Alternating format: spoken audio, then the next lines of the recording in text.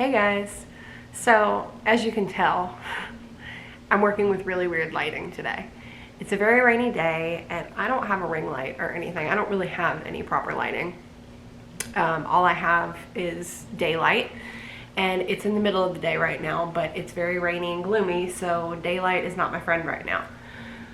All I could find was a lamp that I could take the shade off of, and unfortunately the bulb is a little yellow, so I'm gonna be looking like I'm telling a scary story, but I'm not, although I should because it's October. Shit. Today I thought I would go over a song that I used to do some like behind the song meanings type things, and one song that I never got around to doing was American Pie by Don McLean. Now the lyrics themselves have never been spelled out by McLean. However, he has confirmed that the day the music died was referring to a plane crash in which 3 very famous musicians passed, and I'll go over that. And that basically everything referenced in the song was the end of sort of an era of bliss and sort of society kind of going downhill due to a lot of different events. Now, years ago, I had found this website where someone had written out what they think the lyrics mean, and I always found it really interesting, and I thought I would go over this. Now, again, this is totally someone's hypothesis about the song.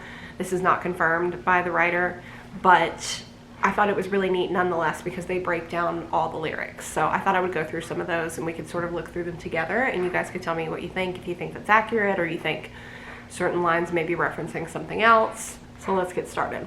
There are 6 verses in the song and a chorus. And as always, I will link this website below so that you guys can go check it out as well. It's really neat. I don't know when this was put together, but I know it was a while ago because I've seen this, I want to say like 10, maybe even 15 years ago or something, probably 10 years ago. So they break it down really line by line. So like the first verse starts a long, long time ago, and they're talking about how the fact that the song was written in 1971 and it's talking about the 1950s. And that it seems like a long, long time ago because of all the turmoil that happened during the 60s. I can still remember how that music used to make me smile. McLean's favorite music was that of the 1950s. And I knew if I had my chance that I could make those people dance and maybe they'd be happy for a while. In the 50s, the major purpose of music was for dancing, such as sock hops, and he wanted to play rock and roll so that people would have a good time. But February made me shiver. Buddy Holly died on February 3rd of 1959 in a plane crash in Iowa. Now this is the crash that also killed 2 other major celebrities, and I'll go into that during the chorus. But Buddy Holly was McLean's hero. With every paper I'd deliver, apparently Don McLean's only other job that he'd had was as a paper boy. Bad news on the doorstep, I couldn't take one more step. The story was obviously on the front page, and he had to see it every day and made it freeze in his tracks, they say. I can't remember if I cried, is self-explanatory, when I read about his widowed bride. Holly's wife was pregnant when the accident occurred and soon after had a miscarriage. But something touched me deep inside the day the music died. The crash took the lives of 3 current rock legends: Buddy Holly, Ritchie Valens, and the Big Bopper. So now, because of this song, apparently, February 3rd of 1959 is called the day the music died. And according to the writer of this website, the crash was the final blow to music because these 3 were the only major artists left. Elvis had been drafted, Little Richard turned gospel, and Chuck Berry was arrested for having sex with a prostitute. So let me go to the chorus. So bye bye Miss American Pie. According to this writer, McLean was dating one of the Miss America contestants during one of the pageants. This line is also a reference to the fact that the symbol of the American dream, at least the dream of the 1950s, is sort of, drifting away. And apparently it was also the name of the plane that crashed and killed Buddy Holly, the Big Bopper, and Ritchie Valens. Drove my Chevy to the levee, but the levee was dry. The American automobile was the Chevy, and the levee business shows that America wasn't fertile anymore, at least in the sense of music. And them good old boys were drinking whiskey and rye, singing, "This will be the day that I die, this will be the day that I die." The traditional Americans are depressed with the current lifestyle of the 1960s they're speaking of. The song comes from Buddy Holliday's "That'll Be the Day," that eventually says that I die. According to the writer of this website, it was brought to his attention by Scott Tiles that the Levee was a bar in Purchase, New York, near McLean's hometown. And there's also a Levee, New York, about 15 minutes from the school that he attended. So now we cut back to the second verse of the song. "Did you write the Book of Love?" The Book of Love was a hit in 1968 by the Monotones. "And do you have faith in God above if the Bible tells you so?" In 1955, Don Cornell wrote "The Bible Tells Me So," and there's a Sunday school song called "Jesus Loves Me" with the line for "The Bible Tells Me So." Now, do you believe in rock and roll? This is from the great song "Do You Believe in Magic" by the Lovin' Spoonful, written by John Sebastian in 1965. Apparently one of the lines is trying to teach a stranger about rock and roll, and another is "the magic's in the music and the music's in me." The magic that Johnny was talking about is the ability of a song to stick in your head. And oftentimes songs that obviously stick in your head bring back memories from the past. And this is what the magic is. Can music save your mortal soul? Given all that, according to this writer, can music help you get through life? And can you teach me how to dance real slow? According to this writer, dancing in the 50s wasn't like it is today. If you danced with someone, then you were committed to them. Now, I know that you're in love with him because I saw you dancing in the gym. Because of the previous line, McLean basically caught his love cheating on him by dancing with someone else. You both kicked off your shoes, which is a reference to a sock hop. Man, I dig those rhythm and blues. He's depressed, so he's listening to that type of music. I was a lonely teenage bronc buck, which is just, a rowdy teenager, whatever, with a pink carnation and a pickup truck. Now, according to this writer, a pickup truck would have been a symbol of sexual freedom at the time. And Marty Robbins had a hit with a white sport coat and a pink carnation in 1957. And a pink carnation, obviously, as well, would be a reference to taking a girl to a dance and buying her like a flower or corsage or something. But I knew I was out of luck the day the music died, basically stating that the things that worked in the 1950s were no longer going to work in the 60s because things really were about to change. And now on to verse 3. Now for 10 years we've been on our own. The music died in 1959, and McLean more than likely started writing this song around 1969. And moss grows fat on a rolling stone. The great Bob Dylan wrote "Like a Rolling Stone" in 1965. This was the first major change from folk music. In late 1966, Dylan was involved in a motorcycle accident and hid in his house in Woodstock, New York, for a good year, hence the fat and the moss shows the time change. Dylan didn't really get his muse back until 1975, but that's not how it used to be. McLean liked Dylan as a folk singer in the early 60s and more than his folk rock style in the mid-60s. When the Jester sang for the King and Queen, and according to this writer, he believes that the Jester was Bob Dylan. The King is Peter Sager, and the Queen is Joan Baez. These were the two big names in folk at the time of the early 60s. During the Newport Folk Festival in 1963, Dylan was honored to play his own set and then combine with these two legends to sing his song "Blowing in the Wind," in a coat he borrowed from James Dean. In the Dean movie Rebel Without a Cause, he wears a red windbreaker. On the cover of Dylan's "Freewheelin'," he is seen also in a red windbreaker. The cover also resembles a famous picture of James Dean. And "a voice that came from you and me." This means two things, according to this writer. Dylan was the spokesman for the 60s, and he didn't have the best singing voice in the world, meaning even you or I could sing like him. Oh, and while the king was looking down, this could mean two things, according to this guy. Peter Sager remained a traditional folk singer, while Dylan was constantly reinventing himself and therefore becoming unbelievably popular. This could also be a reference to Elvis, the king of rock and roll, because he joined the U.S. Army and reportedly dropped the soap every day in the shower, and this is obviously rumor, according to this writer. The Jester stole his thorny crown. While Elvis was in the Army, Dylan took his spotlight and changed the whole music business. The thorny crown is the price of fame and is referenced with Jesus' thorny crown before he was murdered. The courtroom was adjourned, no verdict was returned. The deals with This deals with the Kennedy assassination. Lee Harvey Oswald was never convicted of his murder because Lee Harvey Oswald was murdered after his arrest. And while Lennon read a book on Marx, this is about the Beatles' music becoming political. Songs like Revolution were much different than Love Me Do. Many American adults thought that the Beatles were bad for the American youth, especially after Lennon's remark in 1966 about Christianity. He said, "Christianity will go. It will vanish and shrink. I needn't argue with that. I'm right and I will be proved right. We're more popular than Jesus now. I don't know which will go first, rock and roll or Christianity."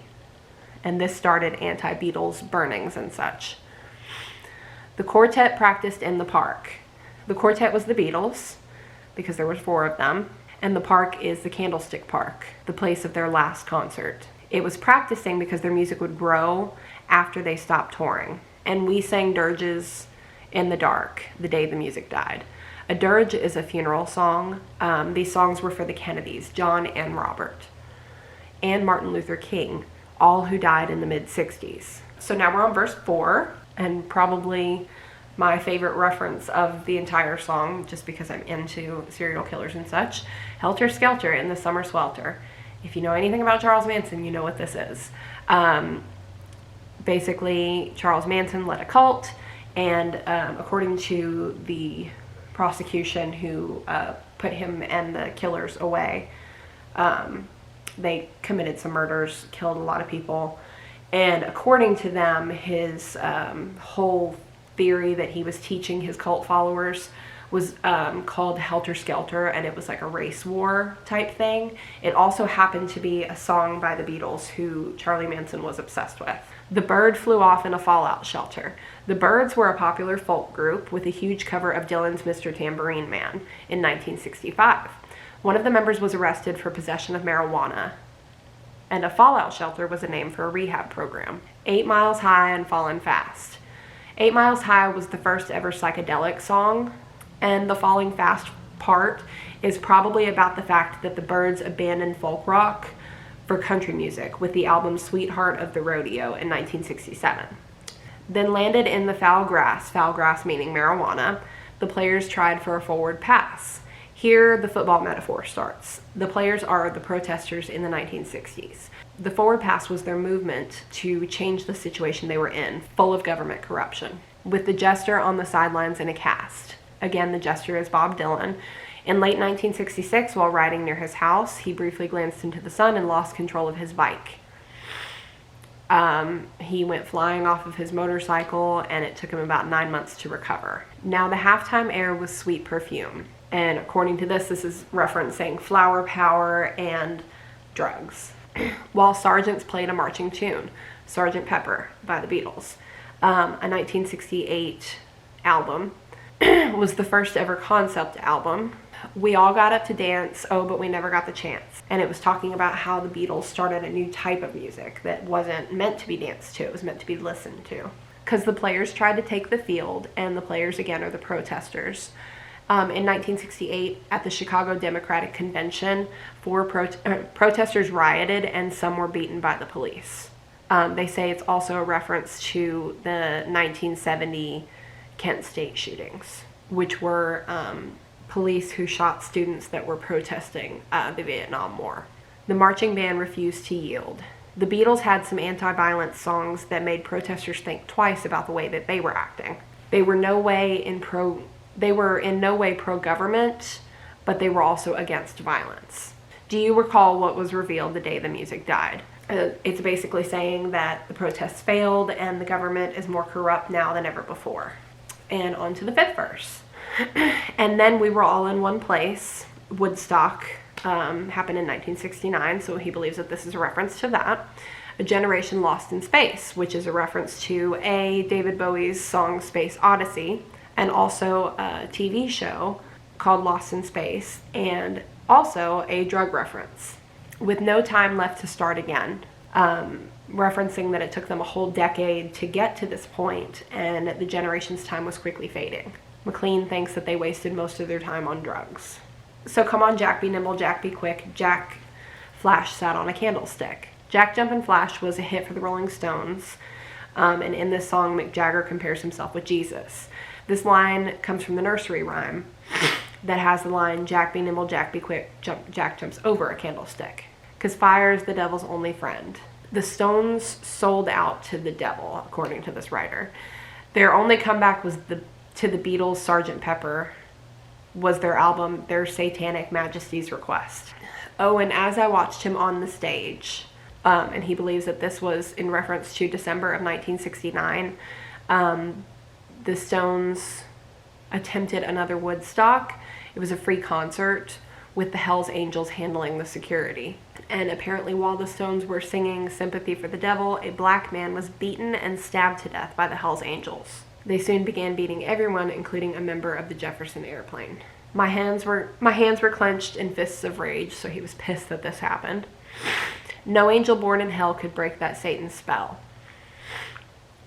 This is talking about the Hells Angels. As the flames climbed high into the night to light the sacrificial rite, the Stones were helicoptered out of there because it became so crazy, hence the climbed high.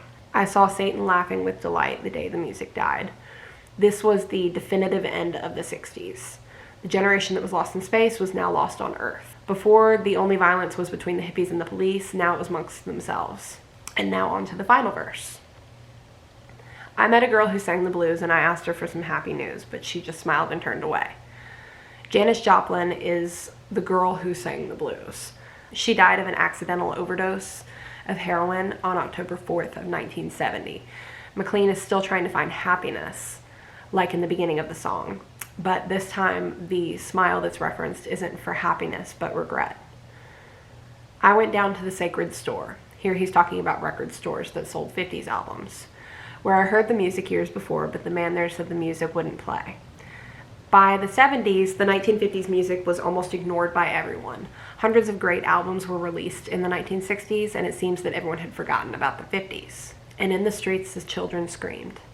The youth of America were beaten in the streets, especially at the end of the decade. The lovers cried and the poets dreamed. In Dylan's A Hard Rain's A Gonna Fall, he says, I met one man wounded in love. I met another man who was wounded in hatred, showing that love hurts someone just as much as hate. But not a word was spoken and the church bells all were broken. Again, this was in reference to a Dylan song, A Hard Rain. The line is, I saw 10,000 talkers whose tongues were all broken.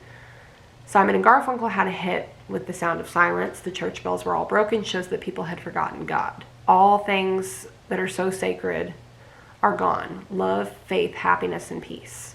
And the three men I admire most, the Father, Son, and the Holy Ghost. This is in reference to the Trinity, the Holy Trinity, and McLean was a Catholic. They caught the last train for the coast, meaning God had left. Time magazine had even featured a cover that stated, that asked the question, is God dead? The generation has failed, and with no time left to start again, it was now up to the next generation to put things right. The day the music died and we were singing. It says that this last verse is the hardest to explain. McLean would never talk about what the lyrics definitely meant, so it's not perfectly clear, but some people believe they were more references to the Kennedys. But this writer feels that his presence is felt throughout the songs from the 60s better. Oh, how funny. I just got to the very end and I saw that this was done in 1999. So yeah, I was right. This is a very old website. It says that it was created and maintained by a Jim Carath. I'm not sure how you pronounce his last name, but again, I will link this information below because I really liked his breakdown of what he thought the song meant. I think a lot of it lines up really well and makes sense. I always personally thought, and I could be wrong, but I always sort of thought that the ending about not a word was spoken and the church bells all were broken, that sort of ending verse was actually about Kennedy dying or about the deaths of like Kennedy, Martin Luther King, Bobby Kennedy. And I always thought it would be really interesting if someone could take this song and put it into modern times, try and tie the lyrics to more like 80s, 90s, early 2000s. Because obviously I think that last verse would speak volumes to 9/11. But that's just always been my thinking of it. Again, I could be wrong. Again, this guy could be wrong and he states that. This is just his hypothesis on what he thinks that the breakdown of the song is. But we may never know unless we find some sort of breakdown by McLean. So that's all I have for you guys this week. If you like this, please hit the like button below. If you have any suggestions for videos, true crime or otherwise, please leave those in the comments below. If you want to see more, please subscribe. I upload new videos every Wednesday. And other than that, I will see you guys next week. Bye.